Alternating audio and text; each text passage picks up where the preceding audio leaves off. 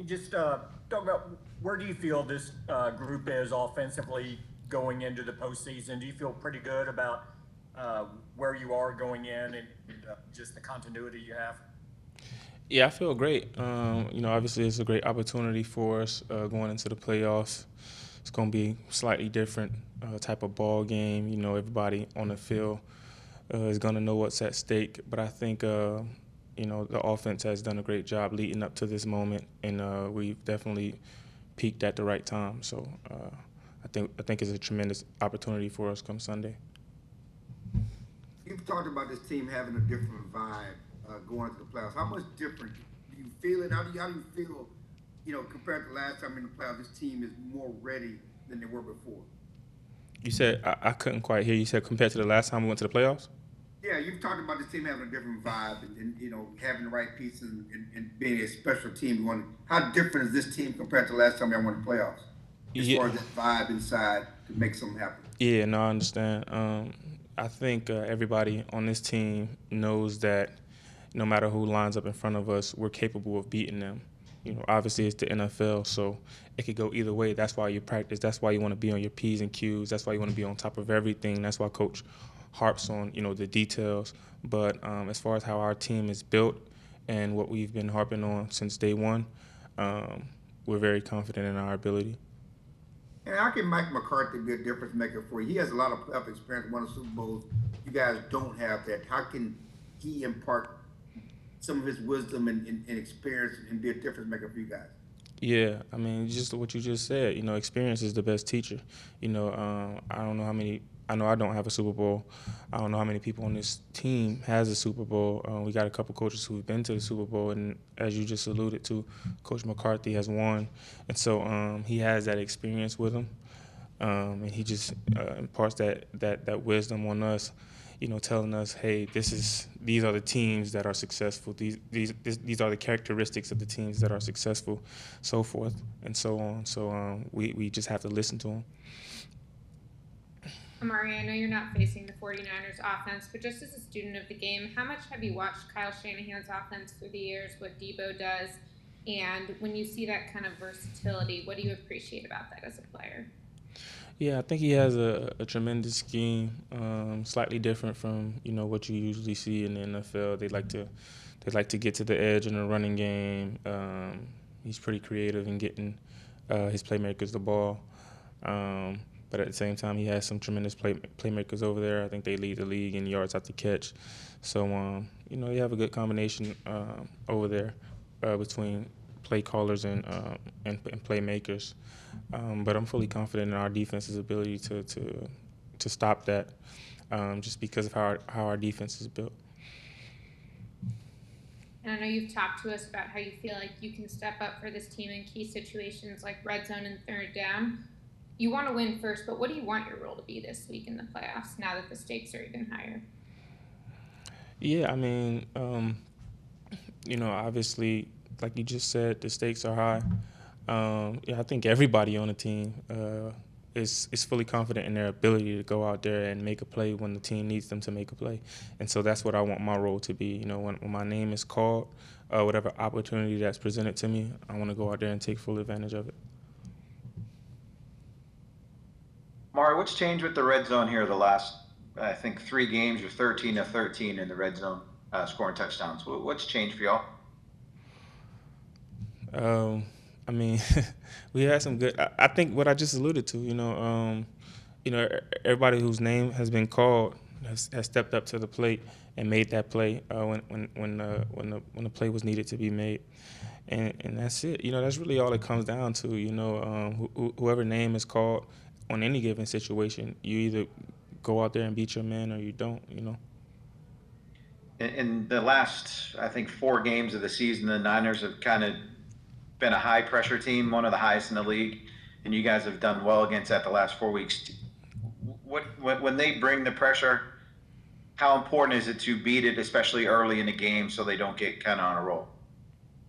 It's very important. A huge part of any sports game is about momentum. When they make a big play, the momentum shifts in their favor. When we make a big play, same thing happens for us. So, obviously we want to eliminate them from making will stop them from making big plays, and that includes getting sacks or getting pressure on the quarterback.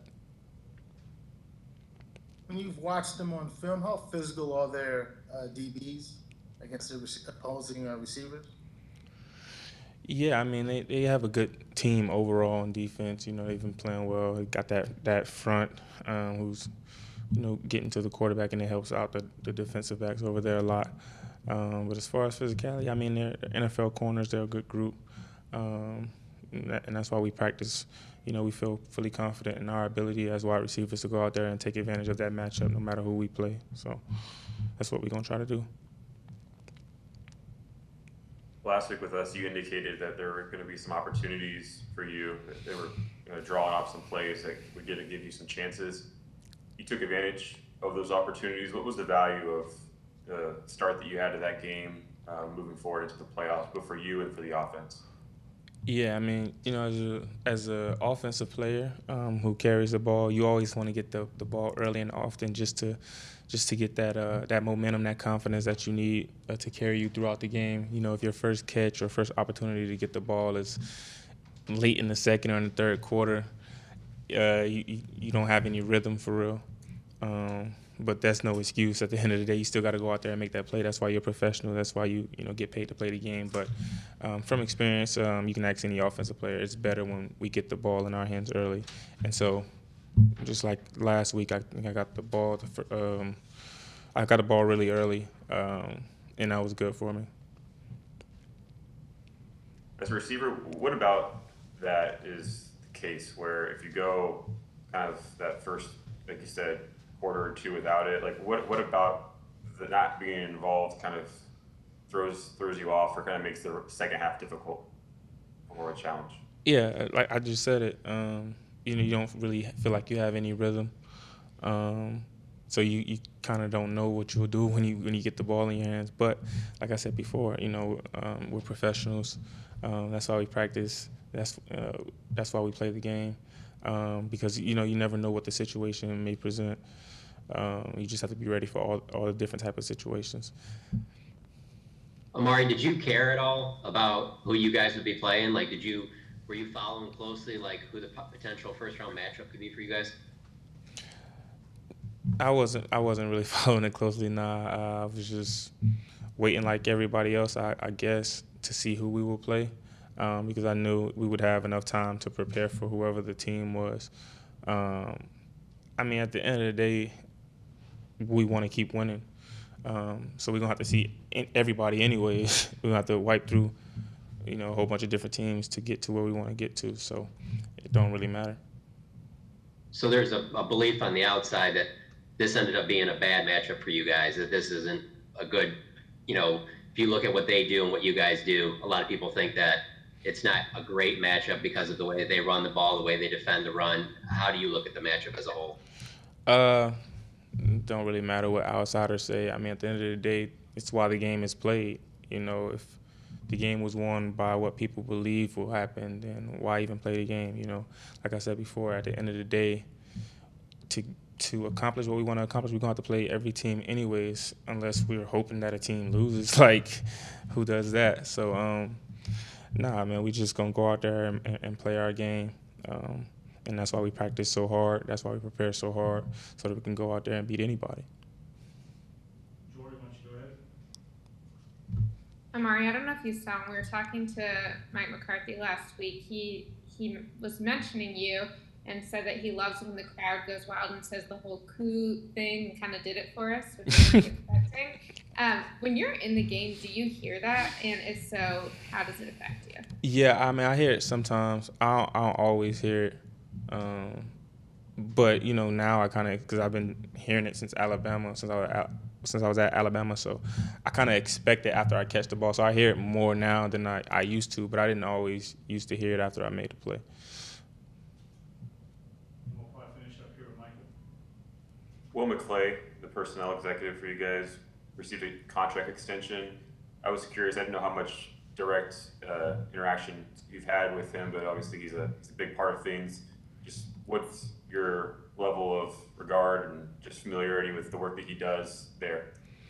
Yeah. No, actually, we actually talk all the time. You know, he's always on the sideline at practice. He's real real close with you know, Coach Henry, our receivers coach. So we're always talking. Today I found out he went to Rice. Well, at least that's what Coach Henry told me. I don't know if that's correct. I don't want to be, but yeah. So you know, we talk all the time. I really like the job that he does here, as far as, you know, the players that we've gotten in recent years. So he's done a great job. He did go to Rice. Okay, just making sure. All right, thank you, Amari. All right. Thanks, Amari.